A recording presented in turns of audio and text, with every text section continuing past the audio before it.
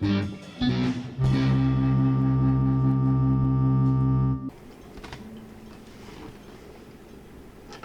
everybody, and welcome back to VGBoombox. I'm Bobby, and in today's tutorial we're going to be looking at the guitar portion of the Wild Arms 3 song, Night of the Legends. For this tutorial we're going to be playing on our nylon string acoustic guitar. We're going to be playing in a standard tuning, so E, A, D, G, B, E. For this song we're actually going to be playing on all 6 strings. The last tutorial I did, we only played on string 1 through 4. But for this song, we're going to have to stretch it out a little, and we're going to play on all 6 strings. Again, standard tuning, all 6 strings, nylon string guitar. And I guess that's it for the specifics of that. This is going to be played in a finger picking style, so we're not going to be strumming chords. We're going to be picking individual notes. Top 3 strings, strings 6, 5, and 4. We're going to play with our thumb. String 3, we're going to play with our first finger. String 2, we're going to play with our middle finger. String 1, the smallest string, the thinnest string, the string that's closest to the floor, we're going to pick with our ring finger. Okay? Alright, so that's how we're going to play this song. The other thing about this song, unlike the last tutorial I did, this song has a lot of articulation, meaning we're going to have some slides, we're going to have hammer-ons, pull-offs, we're going to have a few light string bends, nothing too crazy, but we're going to have some extra stuff in here that really gives this song some life. So if you're in need of learning some of those techniques, we're going to cover some of that in this tutorial. So yeah, this should be a good one. All right, so on to the song, and as usual, I'm going to put the tablature on the screen so that you can follow along. It's going to make a lot more sense, and I think this one we'll be able to truncate a little bit, and we'll be able to get through this tutorial a little bit faster than we have some of the others. All right, so we're going to start this song on strings 2 and 3. So again, string 1, the strings are numbered from the floor up. Okay, so the first string is the thinnest string up to string 6, which is the thickest string. All right, so we're going to start on the 3rd string at the 4th fret. Then the next note is the 2nd string at the 5th fret. Okay, so first 2 notes, 4, 5. Okay, and then the next note we're going to jump right into our articulation. So what I'm going to do, and this is kind of a personal preference of mine, I really believe in the concept of economy of motion. So the next note is a slide from the 2nd fret of the 3rd string to the 4th fret of the 3rd string. So we're going from 2 to 4. Okay, but then the next note is 2 again.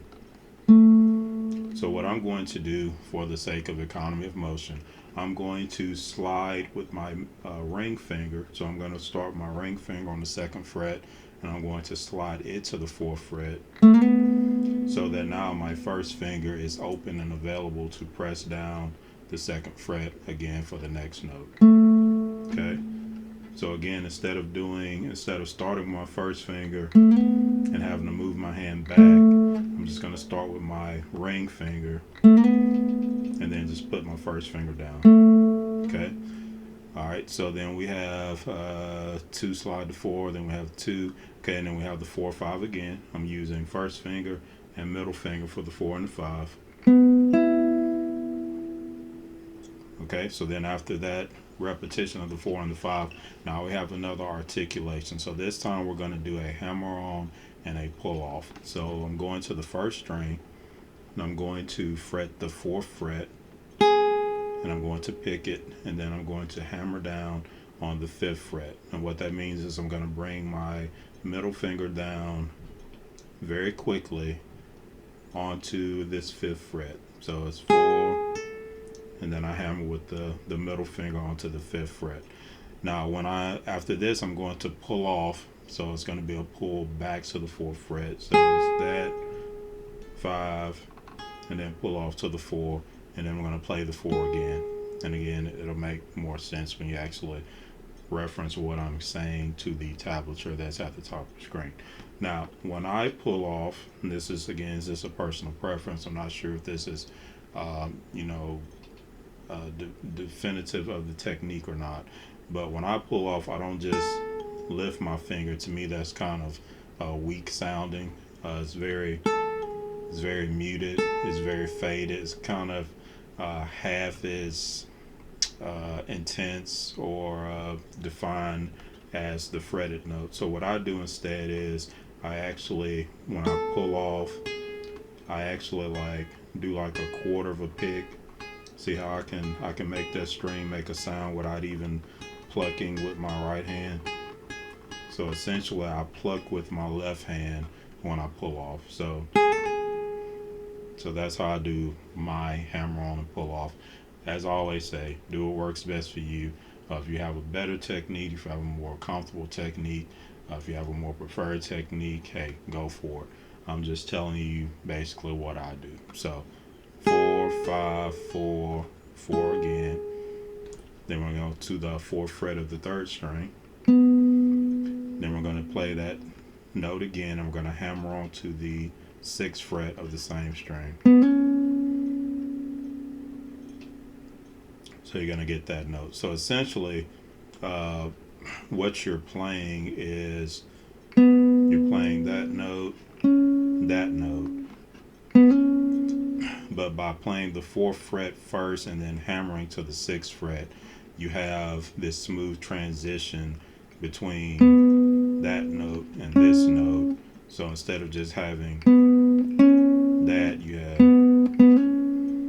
have that smoother transition. So it just gives it some more life, some more vibrance.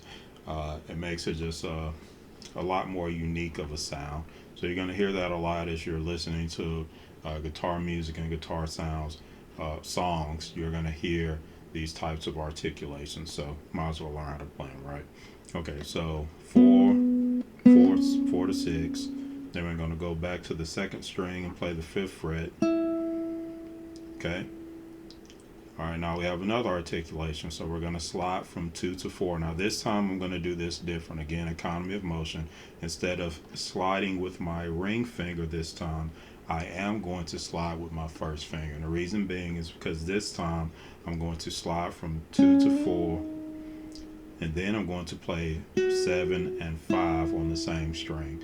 So by sliding from 2 to 4 with my 1st finger, now my my pinky is lined up for the 7, and my middle finger is lined up for the 5. Okay, so my other fingers are already literally in place and position because I chose to slide with my 1st finger rather than my ring finger. So again, that next 3 notes is 2 to 4, and then 7, 5. Okay, and then that repeats after a slight pause in the music.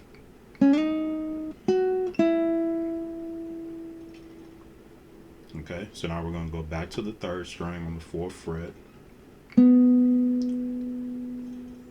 Alright, and then we have another slide from 4 to 6. Now for this one, actually let me back up. So for this one, I actually should have played this first 4 with my ring finger.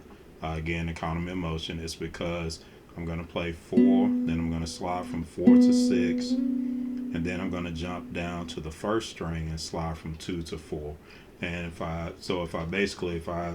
play this note with my 1st finger on the 4th fret, and then slide with my 1st finger from 4 to 6, then I've got to jump from here all the way down to here with my 1st finger to get back to this 2.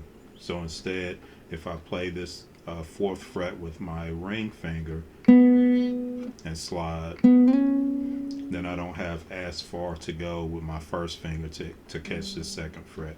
I can almost actually reach it, but I'm still going to have to move my hand, but I don't have to move it as far. Okay, so I'm going to go 4 with my ring finger, and I'm going to do 4 again and slide. Then I'm going to go 2 to 4 on the 1st string. Then I'm going to do that again. Then I'm going to come to the 3rd string, 6th fret. Now I'm going to play this 6th fret again. Now if you listen to the original track, when you play this 6th fret again the second time, it has a slight bend to it, which is the way I do it in my recording. You can either do it or you can leave it out. It's up to you, not out to you, up to you. But if you're looking for the original sound, or if you want to add a little extra flavor to your playing, feel free to bend this note a little bit.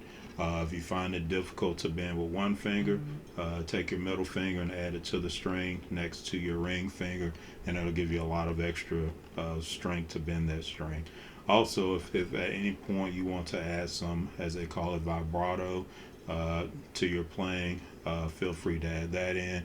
You can vibrate either left or right like this. I think that's considered a classical vibrato, or you can lightly bend the strings up and down. I think that's considered more of a contemporary vibrato, or even like a rock and roll vibrato. But whichever works best for you, you'll feel it as you're playing. Let the music move you, and add the articulations that sound right to your ear, and just make you happy with your music. So I digress. All right, so we got 6, then we got 6 again with a little bend, then we got 4, then we have 6. Okay. All right, so now we got a kind of a lengthy section right here that's coming up next, and this section has quite a bit of articulation. It's probably the most difficult section of the piece, but to me it's also the best sounding section of the piece, because all this articulation, it just really sounds nice. Okay, so we're going to go up to the 4th string, and we're going to go to the 4th fret, and we're going to, so let me just kind of talk this out first. Again, you'll see it on the screen. So on the 4th string, we're going to have a 4 hammer 6, then we're going to go to the 3rd string with a 4, then we're going to drop to the 2nd string, we got a 5, pull to 4, we're going to go back to the 3rd string with a 6, 3rd string with a 4, 4th string, 5 hammer to 6, then 2 slide to 4, then we're going to go to the 5th string for the 7, the 6, and then the 6th string for the 4 and the 7. And I know that was a mouthful, but we're going to slow it down, and again you'll see the tablature on the screen that all makes sense. So we're going to go to the 4th string, 4th fret. We're going to start out with a 4 hammer 6.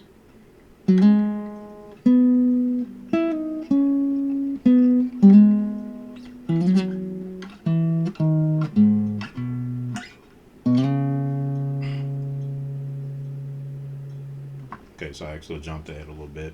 I've got, I don't have all these notes on one line because that's a lot of notes, but that's actually part of the same sequence. But so essentially what we just did was, let me slow this down, let me go back. Okay, so 4 hammer 6, then we go down to the 3rd string, hit the 4, then we go down to the 2nd string, 5, pull to 4,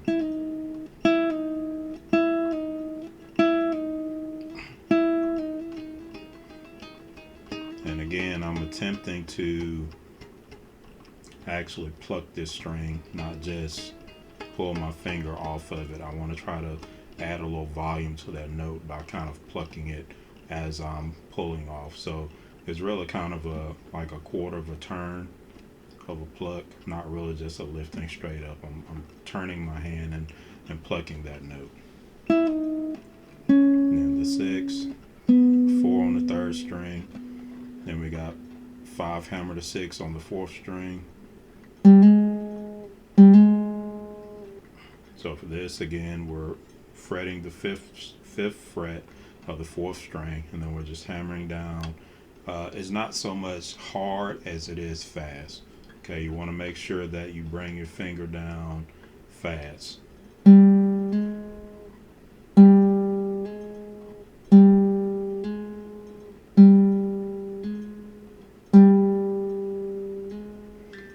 Now let me emphasize that what I'm trying to illustrate right here is it's not a matter of speed in terms of the hammer coming quickly after the first note. It's not necessarily that. You can put a pause or a gap between the fretted note and the hammer. The speed is in the speed in which you bring your finger down, not the speed in which you add the hammered note after the pick note, if that makes sense. It just depends on the song. Okay, so 5 hammer 6, then salute 2 slide to 4. All right, then we go to the 5th string for the 7, 5th string for the 6, 6th string for the first time in the song for the 4, 6th string for the 7. Then we go back to the 5th string. We got a 2 slide to 4. Then we go to the 4th string. We have a 4 slide to 6. Now we got to jump all the way down to the 1st string. We have a 9 slide to 11. So we're going to get all the way up the fretboard for this one. And then we have a 7. All right, and we're coming to the tail end. We have a 2 slide to 4 on the 1st string. Then this is repeated from early in the song. We're going to go back to the 6 on the 3rd string. 6 again with a slight bend. And then the 4. Then the 6 again. All right, and that's the whole song. That is the whole acoustic guitar portion of Wild Arms 3, Night of the Legends. As usual, we're going to play through it again. We're going to just try to play all the way through it without any interruptions, so you can really hear how the song sounds. Of course, if you have not ever heard this song before, or if you want to hear the full richness of the song with all of the other instrumental parts included, I have a link in the description below for my recording of this song. But for today's tutorial, we're just going to play this acoustic guitar portion from start to finish. Please forgive me if I make a few mistakes. This is almost akin to a live recording versus when I actually do, the videos. I'll maybe make 50 takes. Okay, so we're going to see if we can get through this without jacking it up too bad.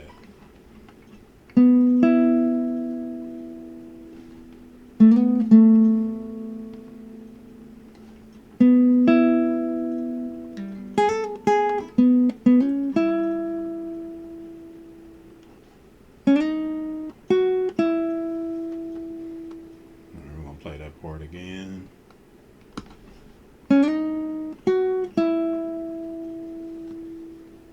Okay, 3rd string. I'm gonna play that again.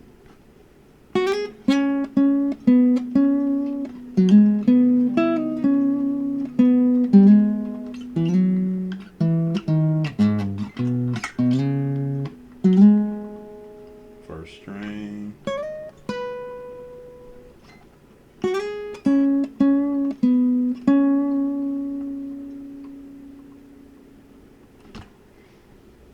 All right, that wasn't too bad.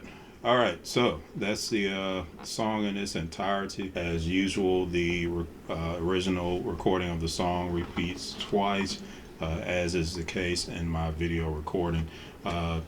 It's one of those things, once you're practicing for yourself, you can repeat it as many times as you like.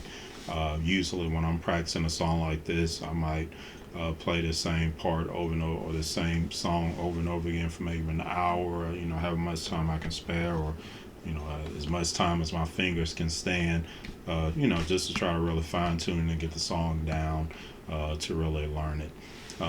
Okay, so as usual, fine points. Okay, fine points about this song. I think for this one, I really only have, I guess I do have two.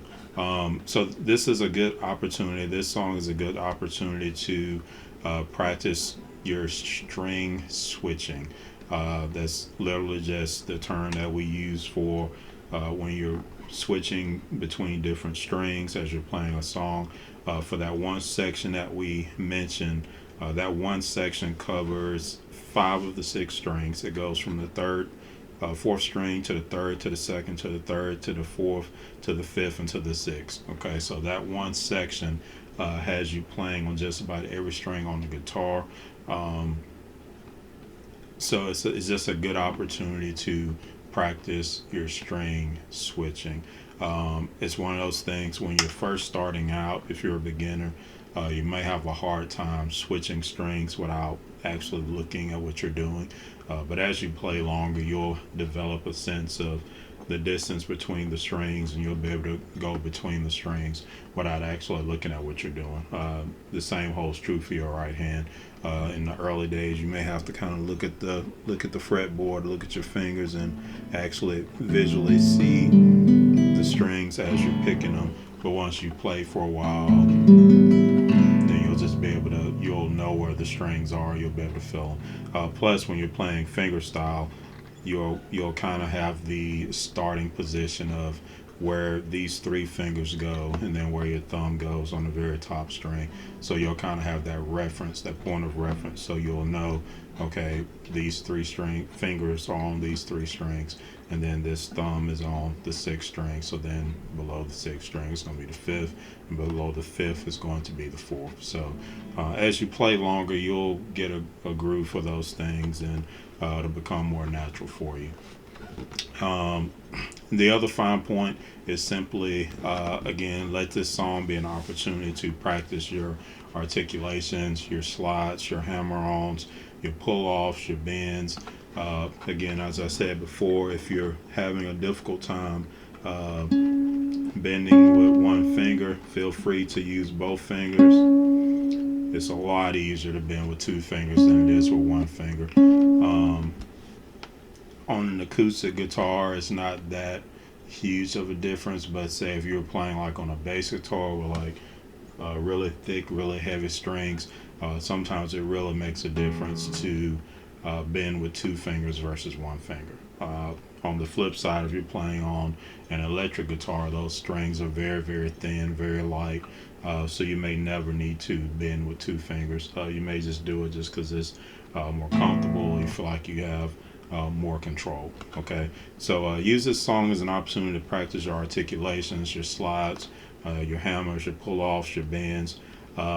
Be mindful that if you're doing a lot of sliding, if your fingers are not really used to playing the guitar yet, those slides are going to, well, they're going to burn. So you're going to feel more wear and tear on your fingers. If you're a beginner and you're doing a lot of slides and a lot of articulations, because they put a lot more strain and stress on your fingertips versus just fretting notes. And of course, if you're playing a song and it's just like an E minor, I mean, you're only pressing down with two fingers, so you're not putting you don't have a lot of fingers involved anyway.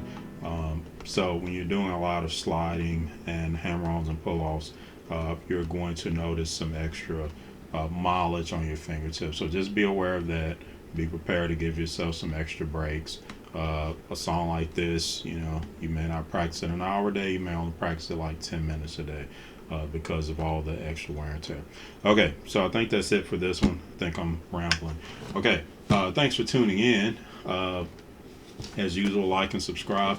If you want to support the channel, jump over to the Patreon page, www.patreon.com/VGBoombox. We have 3 patron tiers, 8-bit, 16-bit, and 64-bit Elite Grandmaster, with monthly contributions of $1, $3, and $5 a month, respectively. Hop over there, check it out, get plugged in. Big things are on the way. Hoping and praying that I'll be able to do my first sweepstakes officially before Christmas holiday. Would love to give somebody a gift card to do some shopping before the Christmas holiday season comes in. But we'll see how things go. But get over there, get plugged in, and let's get ready for the next video. Thanks for tuning in. Have a great evening, and God bless you.